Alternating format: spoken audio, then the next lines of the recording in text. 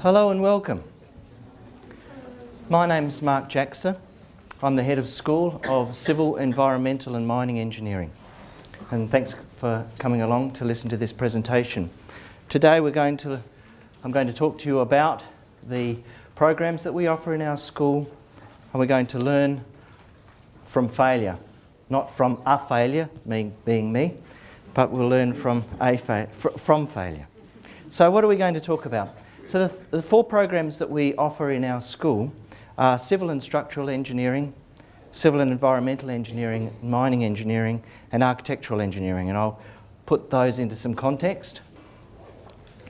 And I'm also going to talk to you about some failures and some classic failures. Two of those are shown on the screen there. I'm going to talk to you about quicksand. I'm going to talk to you about the Niigata earthquake. I'm going to talk to you about the Tacoma Narrows bridge collapse and what we learnt from that, and also going to expose you to a piece of free software that you can download from the internet, which is called the West Point Bridge Designer. So as I mentioned, those are the four programs that we offer in our school, and the bottom three, shown with the asterisk, you can also do as you can enrol in combined and double degrees. And we also offer a suite of postgraduate programs, but I imagine that most of you are interested in our bachelor's degree or our undergraduate programs that we offer, as shown on the screen. So what is civil engineering and civil and structural engineering? And I'll bring the various disciplines together, the four different degrees together, and explain the differences in a moment. But first of all, civil and structural engineering is broken up into, or civil engineering as a wider discipline is broken up into 5 different disciplines. Those are structural engineering, and structural engineers are involved in the design of buildings and the design of towers. There's also water engineering, which is about dams. It's about the water that we drink and ensuring that the water that we drink is healthy. So it's about water quality, it's about water distribution, ensuring that the water that we, when we turn on the tap, the water comes out. So it's about the distribution system. It's also about the waste, so the water that goes down our sinks and toilets and showers, that is treated and is collected and finds its way out to the ocean in as pure state as possible. And as I mentioned, it's about the reticulation system, the pipelines as shown there. It's also about drainage as shown by this diagram. Let's go over here by this particular diagram or photograph, which shows an open channel flow. An open channel, I should say. Geotechnical engineering is the third of the disciplines that I'll talk to you about. It's what my area of specialty is. It's about understanding the ground. And it's about foundations. It's about tunnels. It's about retaining walls. And it's also about landslides, and I guess a classic case of the ground not behaving as we might have thought it would behave is the Leaning Tower of Pisa, a foundation on the ground where the load is not being able to be carried as effectively as we would like, and there's differential settlement, so there's settlement on one side more so than on the other, and so the Leaning Tower of Pisa leans. The fourth discipline is environmental engineering, and so it's about water quality. So just as I move from top to bottom, left to right. Water quality, it's about air pollution, it's about wetlands, it's about landfills, it's about the health of rivers, and it's about pollutants in the ground. And lastly, civil engineering is also about transportation engineering. So it's about the design of transport networks and roads and traffic engineering, and about intersections and all of those things in between. So how we package those together and what focus and emphasis we place on those dictates what discipline or what program we might be involved in. So civil and structural, which is the leftmost column, shows that we focus on structural engineering, water engineering, geotechnical engineering, and to a lesser extent on environmental engineering and transportation engineering.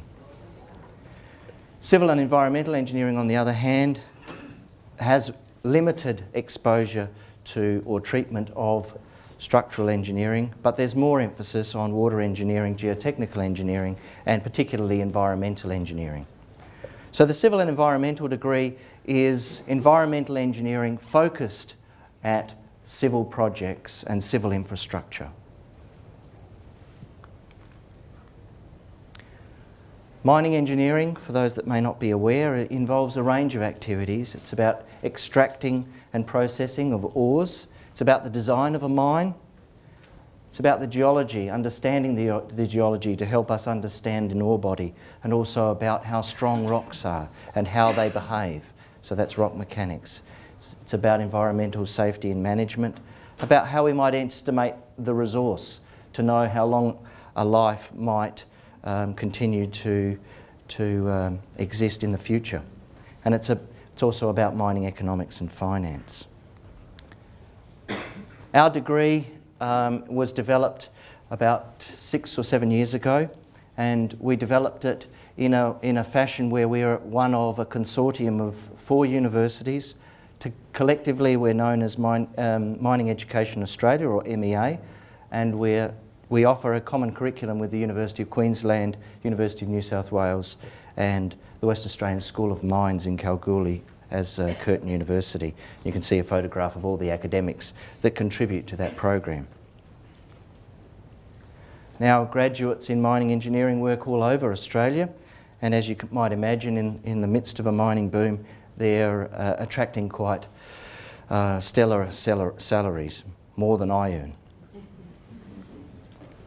Architectural engineering is a fairly new program. It focuses on structural engineering, but also the melding of architecture with structural engineering. So it focuses on the design of buildings. So students who take this course are involved in architectural studies through the design studies program.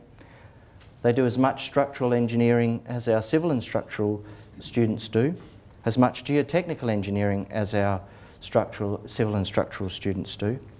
And they also learn about building services, sustainable design, and they do a little bit of water and environmental engineering.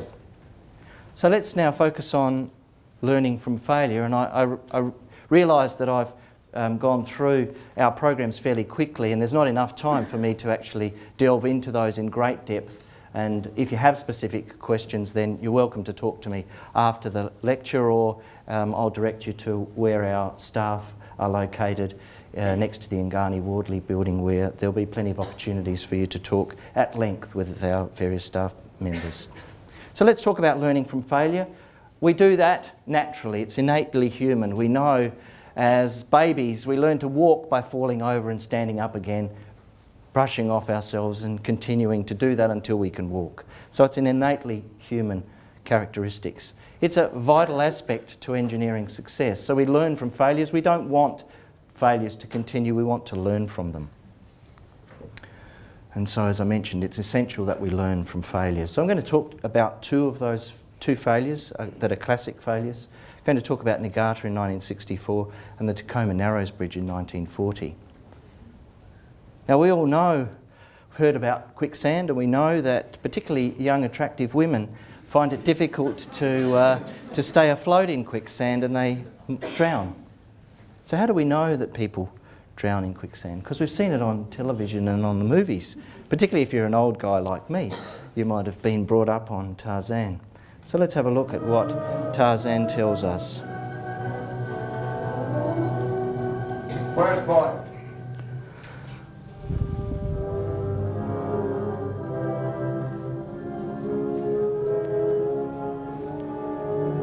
Where's boy?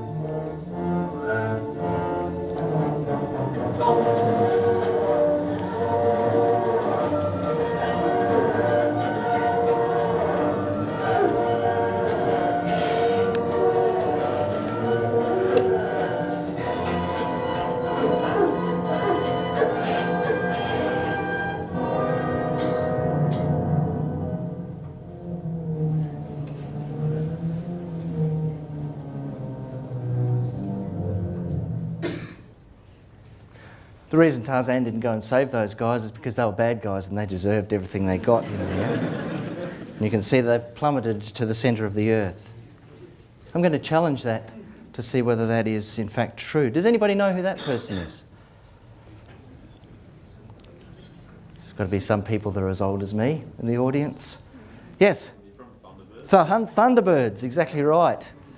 His name? Dunno? Anybody? Carano's brother is absolutely right. He's the Hood. And for those that have been brought up on the Thunderbirds would know that he's a bad man. And his job in the world is to basically defeat international rescue or the Thunderbirds and to plunge the world in chaos.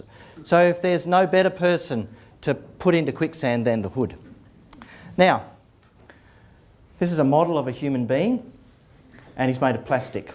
And in a minute I'm going to ask you to think about whether you think he sinks or he floats in quicksand. And you might think, well, he's going to float in quicksand because he's made of plastic. Well, that's not quite right. He's an authentic model of a human being because I've weighed him and I've measured his volume. Does anybody know what the specific gravity of a human being might be? Specific gravity, for those that are as old as me and can't remember their high school physics, is the relationship of the density of something, in this case the density of this person or this model, to the density of water. So a specific gravity of 1 would mean that the density of this model would be the same as the density of water. Hazard a guess as to what you think the specific gravity of a human being might be. 0.95 grams per cubic centimetre. Pretty well, it's dimensionless, but that's pretty close. So 0.95, it's about 1. So how do we know that? Well, we pretty much float in water. If you're me, my legs don't float in water, but my torso tends to float. And some of us have specific gravities about. And this is the results of some research that I found in a paper by a doctor, or a couple of doctors in 1978, that looked at the specific gravity. And you can see here on the y-axis, you can see that the density, which is shown here as grams per millilitre, but it can also be an expression of the specific gravity, is just over 1, which highlights the point that we float, or just about float in water. Now, this person, or this model, has a specific gravity of 1, so I just want to emphasise the fact that this person, or this model, is an authentic representation or scale model of a human being. Now what I'm going to do is focus on this. I'm going to change the camera so that those that can't see can have a look. Right, we'll turn that on. Now I've got some sand here and I've got water and I've got a pump under here and I'm about to turn this on. And what's happening here now is water's being pumped up from the bottom and it's coming up to the top. And what you can see is quicksand, sometimes known as boiling sand. And if you could see that, yeah, you can see it boiling there. You can see it bubbling away. So that's quicksand. The technical term for quicksand is liquefaction. So let's see whether the Hood sinks or floats in quicksand. So we'll pop him in and he floats. Come on, down you go, you bad man. No, he doesn't want to sink. So, why is that? Why doesn't he sink in quicksand? Anybody? That's right. So this is, so for those that didn't hear, the density, this is a sand-water mixture. The density of this mixture is more than water. We float in water, we would float in something that's more dense than water. The other kicker, I suppose, is that I've got water flowing vertically upwards, so I'm even more buoyant, or the Hood is even more buoyant than he would be if the water was still. So I'm going to go back to my presentation and mention that the Mythbusters, you've heard about Mythbusters, they examined the myth of whether people sink or swim in quicksand. So let's have a look. Oh, look, it's a white sandy beach. I don't feel any danger at all. You will, Adam. You will. The pump switched on. Water begins to rise through the sand. As liquefaction occurs, Adam gets that sinking feeling. You know, it feels more dangerous now than I thought. Whoa!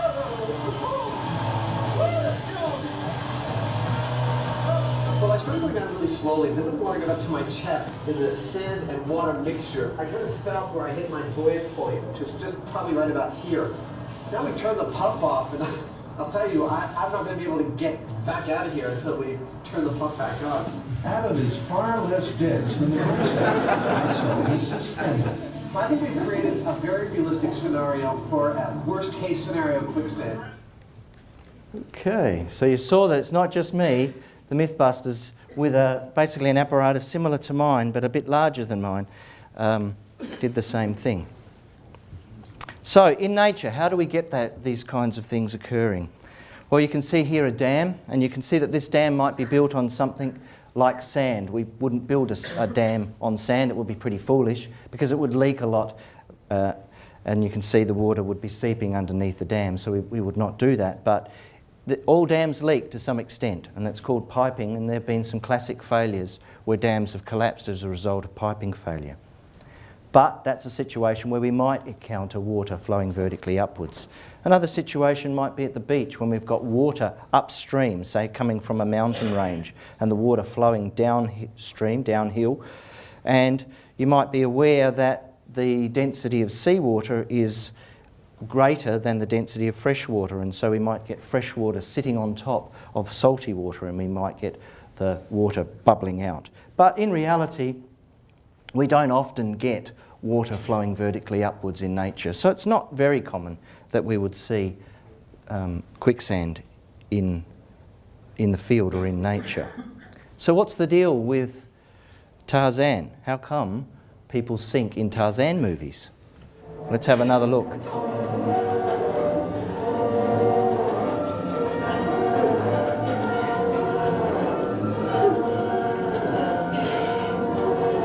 I'm going to ask you to focus on this guy's leg now, as you'll see him lying down. There's his leg right there. Can you see his leg?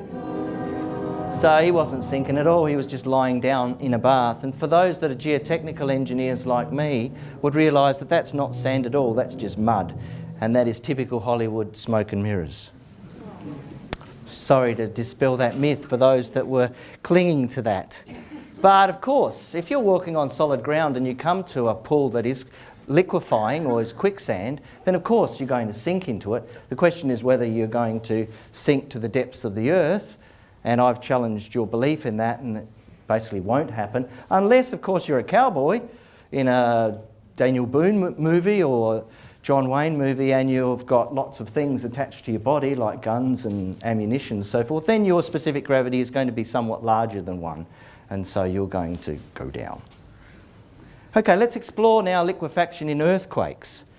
So what I have here is a model of a building that our lab guys made for me, complete with flag at top, which is pretty cool.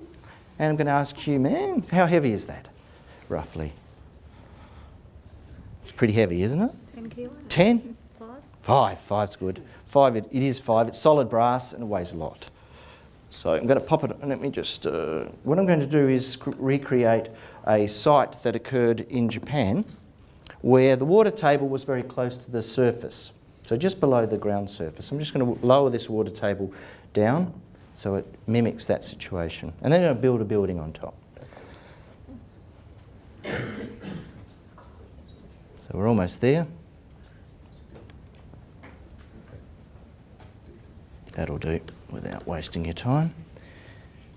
So now put the building on top, you'll see that it settles a bit.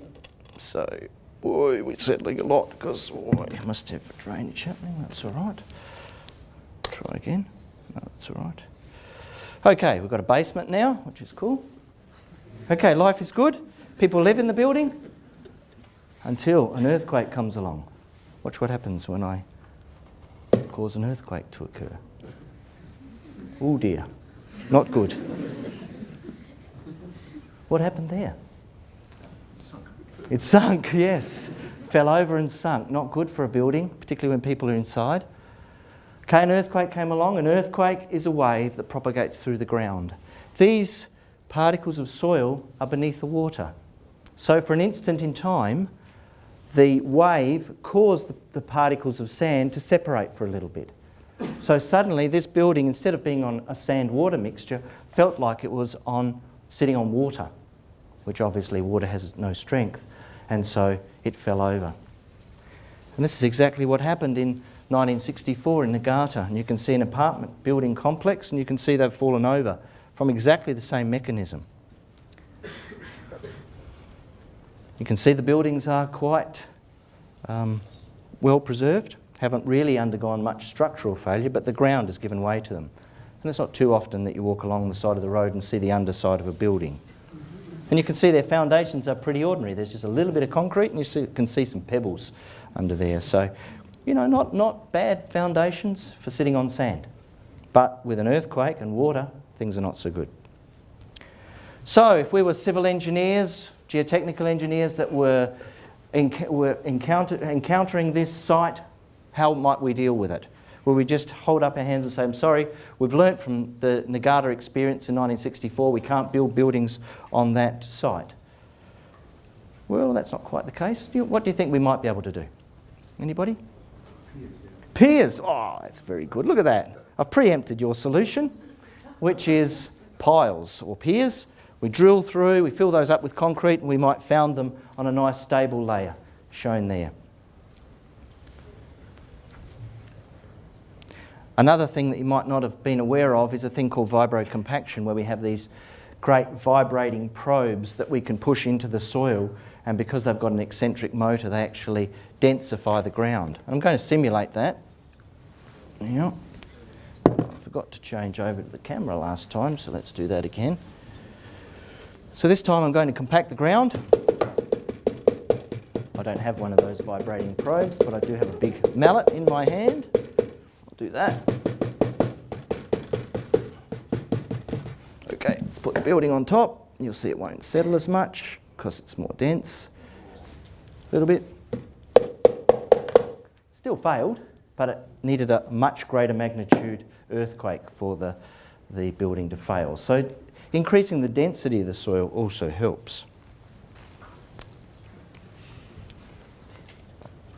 And this is some video footage from the earthquake in Christchurch, and you can see the water bubbling out of the ground at somebody's house about an hour after the earthquake. So it does happen. And if you've been to Christchurch since the earthquake, as I have, there's whole suburbs of houses that are having to be demolished because the risk of this happening again is just too large. So people's houses are having to be demolished and people relocated to other parts of the city, which is very sad. Okay, going to move on to another collapse, which is known as the Tacoma Narrows bridge collapse.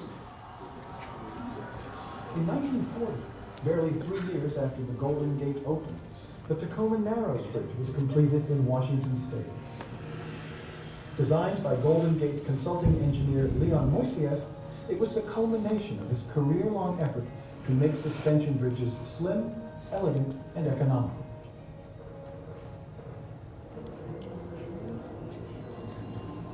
But this bridge moved up and down like no other before it. Then, just 3 months after it opened, in a steady 40-mile-an-hour wind, the Tacoma Narrows Bridge began to twist as well as move up and down.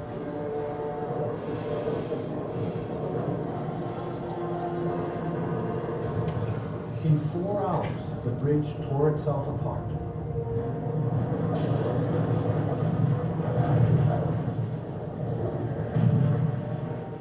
Years after the collapse, investigators, using test models and wind tunnels, finally figured out what caused the disaster. Well, the Tacoma Narrows was a different type of bridge than had been built before. Instead of having a truss hanging underneath the cable, it had a girder, which is a solid wall-like structure that obstructed the wind. And if a little piece of wind makes the bridge twist ever so slightly, it has a profound effect upon the wind that's coming around it. It forces the wind to behave like a major climate change right on the bridge. The moving bridge began to fan the steady wind into a swirling motion, which created many high and low pressure systems called vortices. These in turn forced the bridge to increase the motion it already started. But it's like somebody on a swing. A little push now, a little push later, exactly the right time, builds up into tremendous amounts. It is called properly a self-excited vibration. The bridge took the wind over and made it cause the bridge to fail. Even with its design flaws, a heavier bridge might have resisted the wind pressure. But Tacoma was built light to save money and suffered the consequences.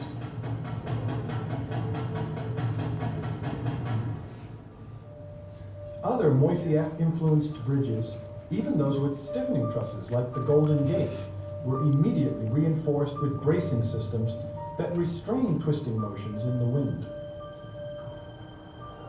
So far, these measures have prevented another Tacoma, but the problem of excessive movement has not been entirely eliminated, as this 1982 footage of the Golden Gate clearly demonstrates.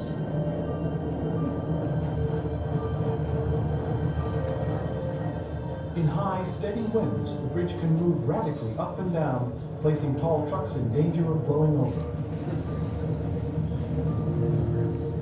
The bridge is now closed for high winds. But in engineering, most things are trade-offs. Okay, so that's the Tacoma Narrows bridge collapse. Just before I finish with this part of it, I'll just quickly talk about a software program that you might be interested if you like these kinds of things to download. It's called the West Point Bridge Designer. It's easy to find by just Googling West Point Bridge Designer. Essentially what you can do is build your own bridge and get vehicles to go over it. So what I'm going to do is just show you that quickly.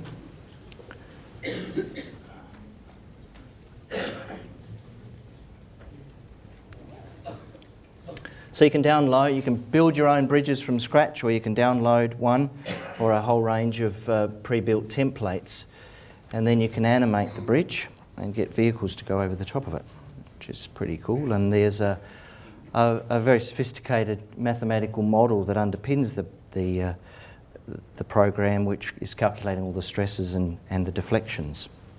And you can go and change some of the members. So let me just change this particular member and make it a bit smaller and see if we can't make it collapse. Oh, not the kind of thing we really want to do in engineering, but oh. Sometimes I can get more dramatic ones where the truck falls down the ravine, but that didn't happen. We can do that on the computer, but try not to do that in real life. Okay, back here. Okay, so that's showing you some of the failures. Now let's look at some of the possibilities that you might encounter if you were to undertake some studies in civil, architectural or mining engineering. So you might design the tallest bridge in the world, which is the Mailloux Viaduct in France, also known as the Bridge in the Clouds, or the largest suspension bridge in the world, which is a 2-kilometre span, the Akashi Kaikyo Bridge in Japan. They're also talking about making or bridging the Strait of Messina between Sicily and Italy, and if they do that, and that there are plans already in place to do that, then that will be the longest suspension bridge in the world. Or you might be involved in the building or the design of the tallest building in the world, the Burj Khalifa in Dubai, or the third largest, I think now, which is the Taipei 101. You might think, well, just before I get to that, or you might be involved in the largest dam in the world. You might think, well, they're all a bit far removed. What's that got to do with Australia? Well, until very recently, we had the tallest residential building in the world, the Q1 in the Gold Coast. It's now the third tallest. As buildings get taller and taller, these records continue to get overtaken. And we also had the second largest, which is now the sixth largest. It's in Melbourne. It's the Eureka Tower building. But there are Australian engineers who are involved in the design of these buildings. In fact, there were Australian geotechnical engineers that designed the foundations for the Burj Khalifa and for the Nakheel building, which was going to be 1 kilometre high. It was engineers from Melbourne that were designing the foundation for that. You might be involved in the design and implementation of the largest open cut mine in the world, which will be Olympic Dam. If the expansion is approved later this year, then there'll be 410 million tonnes per annum of material that's removed from that open pit over 40 years. If we look at the size of the hole, if we compare that to the city of Adelaide, and here you can see we're currently about here near the River Torrens. This is the central business district of Adelaide. That's North Adelaide there, and the city of Adelaide, the square mile of Adelaide. If we were to overlay the Olympic Dam expansion over the top of that, press the wrong button, that's how big it is. And it'll be the biggest hole in the world. It's a nice thing to say about South Australia, isn't it? So why would you choose to study here? Well, we are, without doubt, and you can quote me on this, you can look it up, we're one of the top civil mining engineering schools in the country. We have award-winning teachers and award-winning researchers. Our degree is internationally recognised. We have people, our graduates work all over the world, and there's great demand for our graduates both locally, nationally and internationally. Where might these studies lead you? Well, you can have careers in those things that are shown on the left-hand side, architectural engineer, civil engineer, mining engineer, those things that I've talked about already. Where might you work? You might work in private practice for a government department, either local government, state government or federal government. You might work for a consulting engineering company designing and constructing these things. You might work for a construction contractor that builds them, or you might work for a mining company. So that brings me to the end of the presentation. Please visit us. We have a display and some tours. It's next to our new building, the Ngani Wardley building, which is Ghana or Aboriginal for a building of learning or a place of learning. And right just behind here is the atrium, the Ngani Wardley atrium, and we have a number of displays there. Some of you might already have seen it. There's also a lot of information on the website and also the student centre and so forth. So thank you for your time.